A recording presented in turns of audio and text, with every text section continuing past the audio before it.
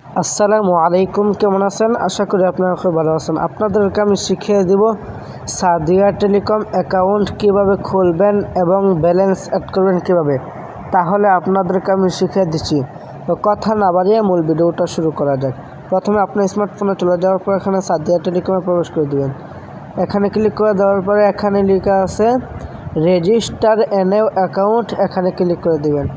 এখানে ক্লিক করে দেওয়ার পরে এখানে আপনার নামটা বসিয়ে দিবেন, তারপরে আপনার মোবাইল নাম্বারটা এখানে বসিয়ে দিবেন, তারপরে ইমেল অ্যাড্রেসটা এখানে বসিয়ে দিবেন, তারপরে এখানে লেখা আছে নাতিমুনাল আইডি কার্ড নাম্বার এখানে বসিয়ে দিবেন, তারপরে এখানে আছে ডেট অফ বার্থ, তারপরে আপনার জন্ম তারিখ, তারপরে সিলেক্ট করে নেবেন।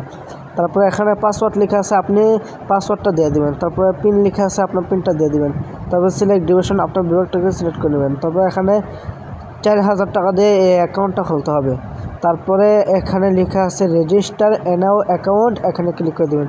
আমি এর আগে থেকে রেজিস্ট্রেশন করেছি 4000 টাকা দিয়ে, তারপরে এখানে শো করছে না, আপনাদেরকে আমি দেখাচ্ছি না। তারপরে রেজিস্টার এ নিউ অ্যাকাউন্টে ক্লিক করে দেবেন, তো আমি দিয়ে দিচ্ছি। এখানে ক্লিক করে দেওয়ার পরে এখানে মোবাইল নাম্বার এবং পাসওয়ার্ড লেখা আছে, ঠিক আছে, এখানে ক্লিক করে দেবেন। তো আমি এখানে দিয়ে দিচ্ছি মোবাইল নাম্বার এবং পাসওয়ার্ড দিয়ে দিচ্ছি। তারপর লগইনে ক্লিক করে দেবেন।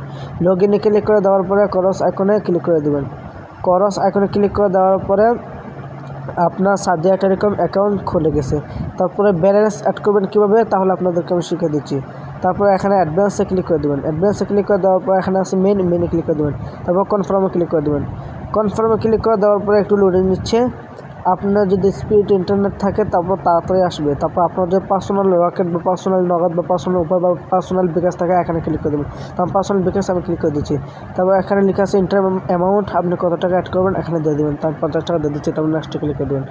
নেক্সটে ক্লিক করে দেওয়ার পরে নিচের দিকে আসবেন, এই নাম্বারটি কপি করে বিকাশে সেন্ড মানি করে ট্রানজ্যাকশন আইডিটা এখানে দিয়ে তারপর নিচের দিকে আসবেন, এখানে লেখা আছে ভেরিফাই ক্লিক করলে আপনার ব্যালেন্স অ্যাড হয়ে যাবে। তাহলে আশা করি আপনারা সব বুঝতে পারছেন সাদিয়া টেলিকম অ্যাকাউন্ট কীভাবে খুলতে হয় এবং ব্যালেন্স অ্যাড করতে হয়।